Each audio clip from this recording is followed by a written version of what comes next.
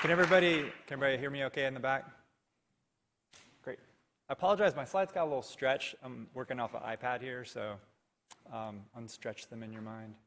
Thank you for that last talk. It was really great, and I think it actually connects up, you guys will see, with a little bit with what I'm talking about today, thinking about how to make our work more effective. So the Emory Experiment is our sometimes unconventional approach to medical illustration at Emory in Atlanta. And with that, we are on a journey. So I'm not here to tell you from the mountaintop all the wisdom that I have to share. I'm here to tell you what I've learned so far, what we've learned so far. So I don't have a map to where it is that I'm going, and I don't have a guide, but I do know where I want to go. And where I want to go is I want our work to be effective. I want to know that what we're doing actually works in the way that we intended, and I want us as medical illustrators to be seen as an essential partner in healthcare, not somebody who's nice to have around, but somebody that they can't live without. This is the team that works with me at Emory. So I'm in the School of Medicine. I'm the only person who's really centralized there, and Andy Matlock is in the Center for Surgical Anatomy and Technique. Basically, he's training the next generation of surgeons through the use of synthetic tissue that he creates, 3D prints, awesome looking apps, and animations and illustrations. Satya Tripathi works for surgery and transplant. We've got over 100 surgeons in the Department of Surgery at Emory, and it's also one of the premier organ transplant centers in the country. He does amazing animations and illustrations, lots of patient ed and staff education. Bona Kim does all kinds of work for the 5 different departments that make up the Brain Health Center at Emory, which is also a really premier center in the country. And she does animations, illustrations. She applies design to her work in a really interesting way that we'll get to in a minute. So I'm really proud of the team that I work with. I've got really experienced people around me. It's fun to work together there. And I want to show you a little bit of the work that we do because I do feel proud of it. So before I even get started telling the story today, this is some of Satyan's work. You guys will probably recognize it from the AMI Salon. Very clean style, really, really beautiful. A lot of it created using 3D models, of course. Bona Kim has done some really amazing work for us as well at Emory, both using the latest technology as well as traditional techniques. This illustration was tweeted out by Francis Collins at the NIH, if anybody knows who that is, last year. So it was an exciting moment. A couple of slides of my work here. Ebola. Emory treated some Ebola patients a few years back. And deep brain stimulation for depression. Andy Matlock recently did this really awesome lung cancer staging app for a surgeon to have a conversation with their patient about lung cancer. He does really, really beautiful illustrations. Again, you know, this almost might look traditional, but he uses a lot of ZBrush and 3D models that look incredible. So I wanted you all to see this work today because I'm not talking about any of that. I'm going to be talking about something a little bit different. So I just want you to know Emory Medical Illustrators do create really beautiful work. But today we're talking about something different. We're talking about 2 kids today, but not these kids. The first kid is this piece of paper. So this is one of my children at work, and I want to tell you the story.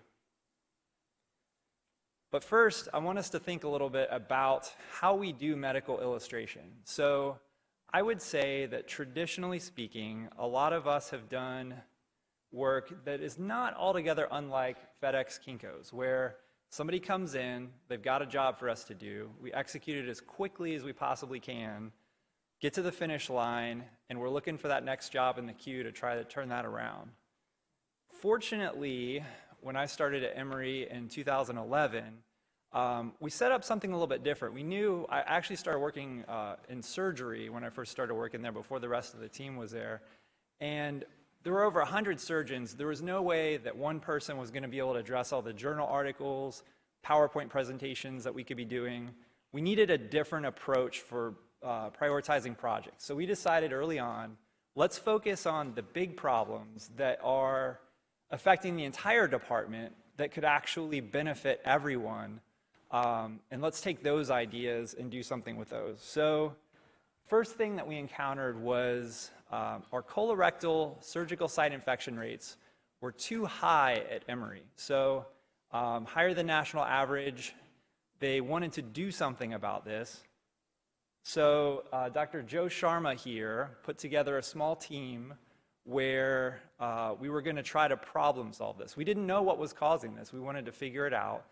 And he got together physicians, nurses, anesthesiologists, epidemiologists together at the table, literally at a table, once a month to problem solve this. And a medical illustrator was also invited to this as well. And it was a very egalitarian environment where we were actually able to, anyone can speak up, anyone could ask questions, anyone could answer questions and figure out what exactly was going on with these wound infections. And over time, we started developing a protocol. One of the important things that they wanted to do was give patients this chlorhexidine shower before surgery that there's some evidence that it can help prevent wound infections. So out of this, we came up with a couple of educational ideas, because it's not just like a regular shower where you don't have to worry about how you do it. Really, it's something that requires a particular process to go through. We wanted to make sure they got it right. So we came up with an iPad app that's self-paced. They go through this in the clinic where they're being evaluated prior to surgery. So the nurse hands them an iPad in the clinic. Then we have them take a piece of paper home that reminds them how to take the shower. So this, again, is kind of my first child as we're talking about my children here today. Satyan and Andy came on board in 2013, and Satyan shortly after started creating some really beautiful staff education pieces where we also wanted to do some interventions around what they're doing in the operating room to make sure that they are actually preventing infections from that point of view. So it wasn't just my project, there's other projects going on as well. So all of this is part of this first child that's growing up. And I think a lot of times in medical illustration, the way that we think about our projects is that we have this end point in mind. After we publish the project, that's it. We're done with it, we walk away, and we go on to our next project. And I think that's crazy. I think, like, why would we abandon our children? We want to raise them and nurture them up, and right when they're born is when they're the most vulnerable. That's when they need a lot of attention. That's when we want to make sure that we're actually there and we're taking care of them a lot. And so we really try to do that at Emory. Nobody else is going to parent your projects for you, most likely. You're the one who needs to do that. One of the small things that we did is our nurses weren't used to iPads, so we had to put up a little flyer that taught them, you know, right up near where the iPads were. And this is years ago. I mean, this is like 2012, but here's how to use the iPad. You know, here we put it in a case to make sure it's protected, and you know, here's how to keep it charged. Here's how to wipe it off. Actually, talk to somebody at Apple. Can you use these wipes that we use at to decontaminate things for the iPad, and that's fine. You know, if you're having any trouble, call me. Put my contact information out there for them. So this isn't medical illustration, right? This isn't us sitting behind our computer drawing anatomy. But it was necessary for this project to succeed. And yes, these are my kids. These aren't like random kids from the internet. But we take them to the doctor. They get measured. They get weighed. They take tests as they grow up and go to school and all that stuff. We want to see how they're doing. So this boring graph is actually one of the most meaningful moments I've had in my career so far, which is we watched our surgical site infection rates go down. And this represents hundreds of people over the years who might have otherwise gotten an infection who didn't, and millions of dollars for Emory that were saved, not just because of my project and the project that we were working on, but all the other interventions that they were doing. And actually, I wasn't sure, was our project even a part of that effect? I had no way of being able to peel that off and look at that. So we started surveying patients like right after they watched the iPad app. We used worked with somebody in public health to help us develop these questions to make sure that that they're actually scientifically valid. So we kind of survey them on their confidence level of whether they can actually carry through that action or not. We surveyed them the morning of surgery. Do you think you took the shower correctly? So we got some information. Seemed like maybe this was helping them. A couple years later, we find out, surprise, we're having another child. This actually is my other child. And this time, so our first child was the shower education. Second go around here a couple years later is we're looking at chlorhexidine wipes. So the first one was chlorhexidine soap. This is chlorhexidine wipes, same chemical, different delivery modality.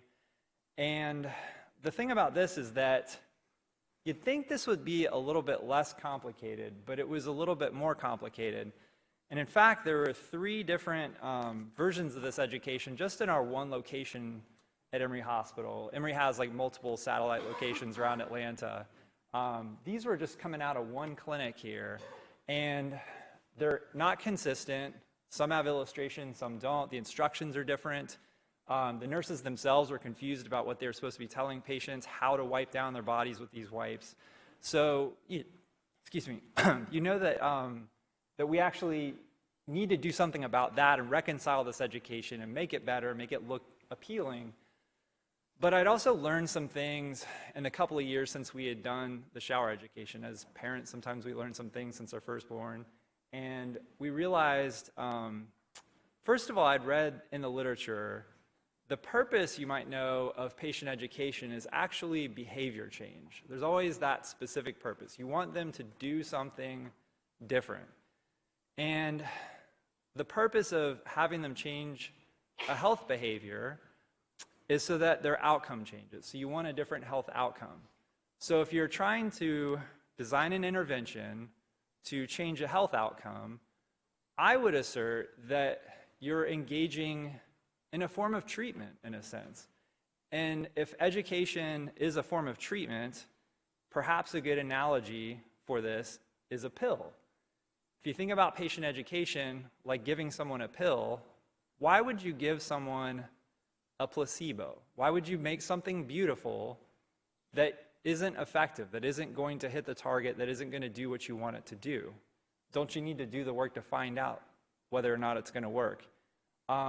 Worse yet, what if we give somebody a well-intended piece of education that actually has harmful side effects? This can happen in patient education as well. What we want to do is we want to create education that is truly effective, that hits the target. One approach for that is design thinking. So we've begun to apply design thinking to our work at Emory because I think it can be an effective tool for making sure that our education actually hits the intended target. Bona Kim started working for us in 2015, and she brought not only her background in nursing and her clinical experience, which is really relevant when you're trying to deploy these tools into the hands of nurses and providers. Really understanding their perspective is helpful too. But she also brought with her a real deep interest and knowledge about design thinking. So I was already interested in the subject, but Bona really added a lot to that conversation, and over time has really influenced the way that our team has approached some of our projects through watching the way that she worked on her projects. The first point I want to make about design thinking, which again, it's a huge field, I can't delve all the way into it, but just to kind of get you guys interested in it and learning more about it yourself.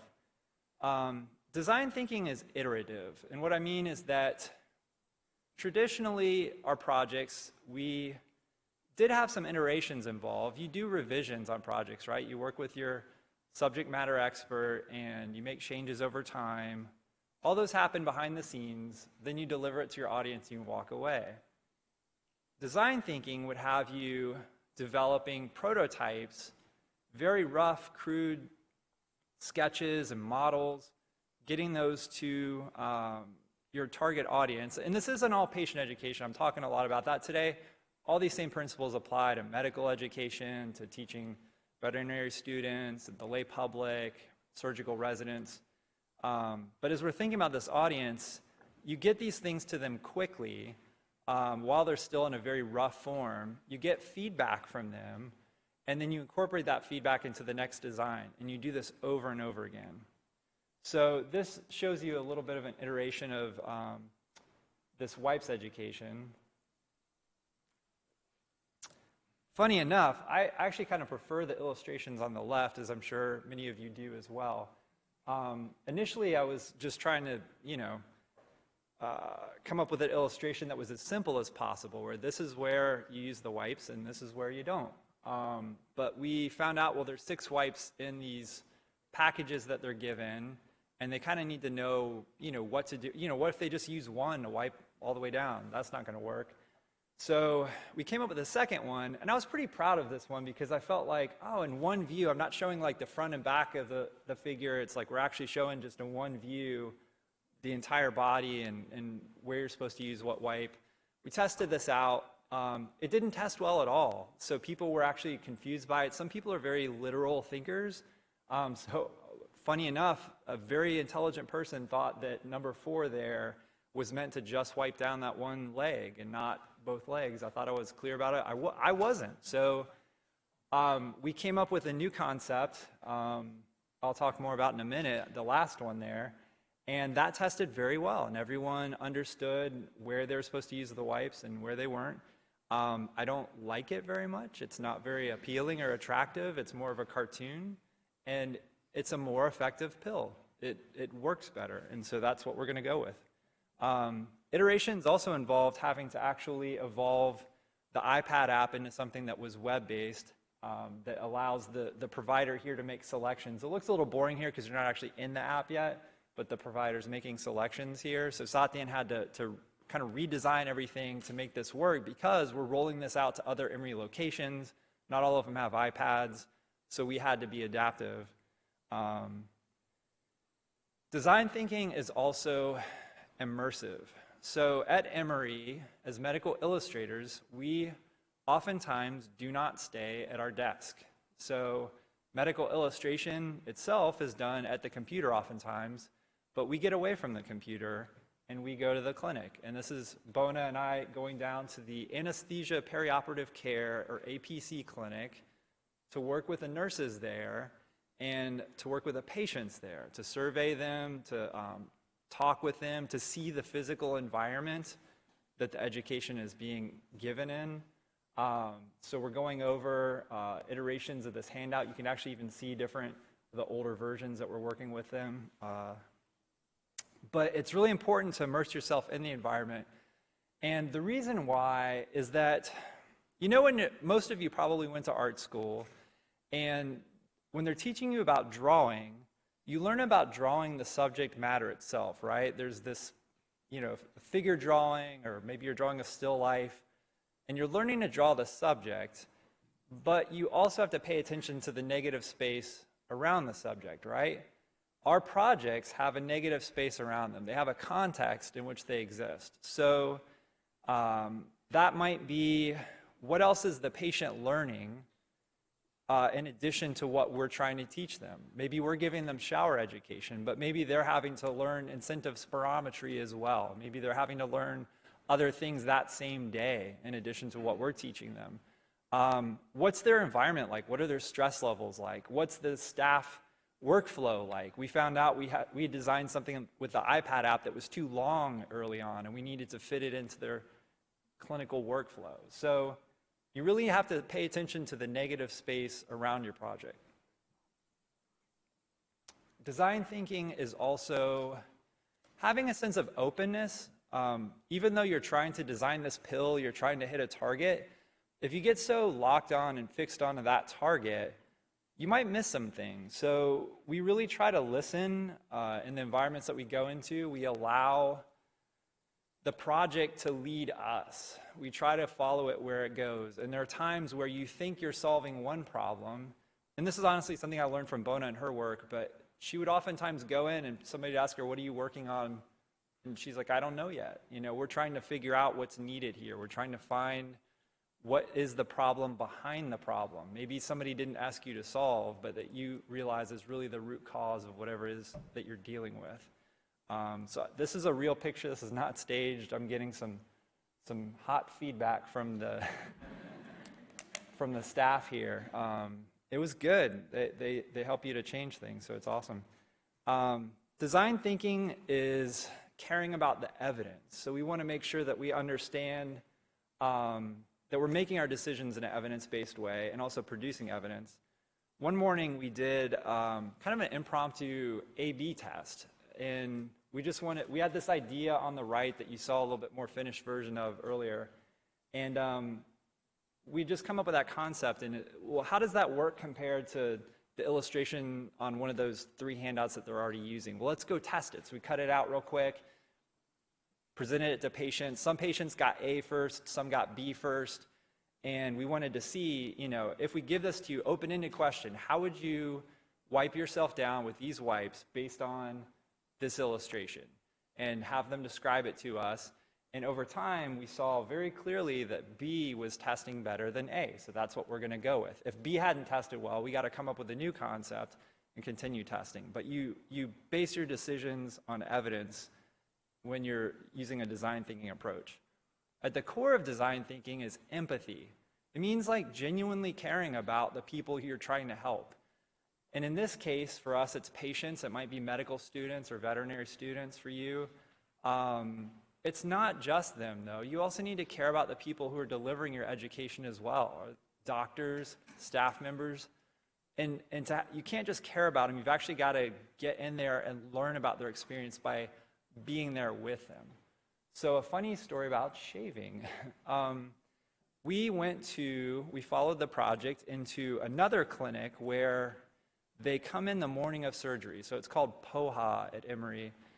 I believe it stands for perioperative hospital admission. So they're getting ready for surgery. And this seemed like a good place to talk to them about how did it go last night using the chlorhexidine. So fresh on their mind, hopefully we can learn something. This poor young woman had shaved her legs before using chlorhexidine soap and had experienced a very intense burning sensation over half her body prior to going to surgery. Wasn't a dangerous situation, but it was extremely uncomfortable for her. We never knew that this was even a risk at all, that this was something that people could go through. This is a harmful side effect in my mind. It's not comfortable at the very least. And this was not a single incident. This had happened before. No one had ever told us about this until we went looking. This wasn't like fed up the chain or something. Nobody, because it was just uncomfortable and it wasn't a safety issue, it just never came out. But it was easy enough for us to change. So on the original shower education, we just went from, we needed to make some updates to it anyway, but we just included, hey, don't shave 24 hours prior. That's an easy enough change. But we wouldn't have found out unless we were in the environment, and unless we had some empathy towards people and we're trying to hear their stories and caring about where they're coming from. One thing that was an interesting experience for me too through all this is I realized that we can actually, through this design thinking approach, sometimes we can even have an effect on what is being taught. So a lot of times we're just executing somebody else's orders. We're just kind of, they tell us what to teach and we teach it. But sometimes you got to question that and say, well, is that the way we need to teach it? So we were told before that in our education that you're supposed to wait, if you're going to take a shower before you use these wipes, so this is our second child again, the wipes. If you're going to use these wipes before you take after you take a shower, you got to wait 2 hours. So one day I'm thinking, well, wait, what do they do in those 2 hours? So what are you kind of because when you don't think about this when you're just making pictures, right? But then when you kind of put yourself in the place of oh, I'm doing this, I'm the patient, then you're thinking well, what do you do for 2 hours? And what answers to that question might people come up with, so you're thinking, am I sitting around my bathrobe for 2 hours? Do I have to be naked? Nothing touches, because you're thinking about I don't want anything to touch my skin. Maybe I don't want to get an infection. How are people going to logic their way through this if we don't help them with that? Then Bona's wait, why do they have to wait 2 hours? And I'm I don't know, they said so. let's tug on that thread a little bit. So we talked to the wipes company. They're like, we never said that. Like, you don't have to wait 2 hours. Where did this come from? They said, oh yeah, this is very common. Like, hospitals around the country have this arbitrary rule about waiting an hour or 2 hours. Really? So we don't have to? No, you don't have to do that at all. So we run that up the chain, our infection control people, they're like, yeah, sure, you don't have to make them wait 2 hours if there's no data supporting that at all. So now, instead of like this weird 2 hour, and this matters for patients, because when you think about it, some of those patients, if they're going for like bowel surgery, they're doing like bowel prep and stuff, like that night, they're like calling their sister to come in tomorrow, you know, like they're doing all this stuff that night before, and we're asking them needlessly to like wait 2 hours. Crazy. So we got rid of that. So now that, but we affected the protocol. We're just medical illustrators. We're not like in charge of the protocol, but you can work with the people who are to get changes made like that. This is where we are right now. And we're not done yet. So this is actually in a giant poster form in the APC clinic right now for staff members to write on. In design thinking, they call it this kind of a graffiti wall approach. But they can put sticky notes and write notes on there, tell us what they think is wrong with it. We feel like we're almost done. So the baby's about to be born here. We're almost done. We're going to take good care of it after it's born and continue to help it grow. It's going to continue to transform. It's not going to stay in this form right now. I'm really interested to see how it works, what kind of feedback we get on this. And some people might wonder, well, what about formalized research? If you want to design an effective pill, maybe you need more than design thinking, right? Like maybe we need something that with like real hard data to support decisions that we're making. And I would say yes, absolutely. I think our profession needs much more of this. I've engaged in some of this myself, and I can tell you that I really suck at it. Like I got no training for designing research studies or conducting them. I also don't enjoy it very much. But good news about that is partnerships and collaboration. So we don't have to do all of that ourselves. Emory has a School of Public Health. Maybe you work somewhere that doesn't have a School of Public Health. You can partner with somebody who is in a School of Public Health. There's no reason why the private sector can't partner with academia. If you have a tool that you want to know whether it works well or not, and you want to go beyond a design thinking approach, I think formalized research is really important. And we're doing some of that right now. So I'm partnered with somebody. I'm working in the Cancer Center, and I'm working with somebody in the School of Public Health to help out with that. So do collaborate. And finally, if you're thinking, well, gosh, this is a whole lot of work that's not sitting in front of my computer, medical illustrating, that I don't know if that sounds good. I would say it's so fulfilling to do work that you have a sense is actually effective, and that you're not always asking yourself that question of, why am I doing this? Is this actually going to do what I want it to do? I find it very fulfilling when you pay attention to that negative space around what you're creating, and so I would encourage others to do so as well. How do you apply this to your work today? I know all of you are in very different situations, and it can feel very much like, well, you're at Emory, and maybe I'm freelancing, or maybe I'm in a different, a small company, and I don't know about all this. I don't know if I can, approach it from a design thinking perspective. You can absolutely start iterating today. You can work in a rapid prototyping style, get this to your target audience. If you don't have direct access to patients or residents where you work, there are ways to kind of find a proxy for those people, or find somebody who get access to those people in a way, or someone who's in the same general demographic as those folks, to be able to test out your work, get that feedback, and then do another prototype again. So you can start that. You can do A/B tests really quickly. Ask your, don't ask other medical illustrators. You got to get beyond us here, but ask your mom, ask your sister, whoever. Like, get people who don't have our same perspective. Pursue the evidence, both reading the literature, letting it influence your work, and also creating your own evidence. Claim your seat at the table. So we were invited to the table, but sometimes you have to assert yourself there, and you are qualified to be there, and your advice can really help drive projects. And I think that's a way that our profession, as we consider our future, we're talking about that later this afternoon even, I think we should more often have a seat at the table solving the big problems for our clients and in our institutions. Venture beyond these guys, beyond tradition. Our tradition is very important to us, but I think we should look to be growing beyond our roots in new directions and in ways that haven't been explored before. So I want to end by asking you all, what is going to be your experiment? What are you going to do with some of these ideas? Because I actually genuinely want to know. Like, I'm hoping some of you guys will come back and teach me, because we're still very early on in this. And the secret reason why I actually even gave this talk is because I'm hoping this is the beginning of a conversation where other people will get up and give talks next year, and where other people will connect with me afterwards and we can talk about shared interests, because there's a lot to design thinking, there's a lot to research, there's a lot to making sure that we're creating effective pills of education here. And finally, they do grow up fast. If you're a parent, you know what I mean, but even as medical illustrators, they're not babies anymore. And if you want to take a picture of this last slide, a couple of resources, mostly on design thinking, that you guys can connect with, and I'm happy to talk afterwards.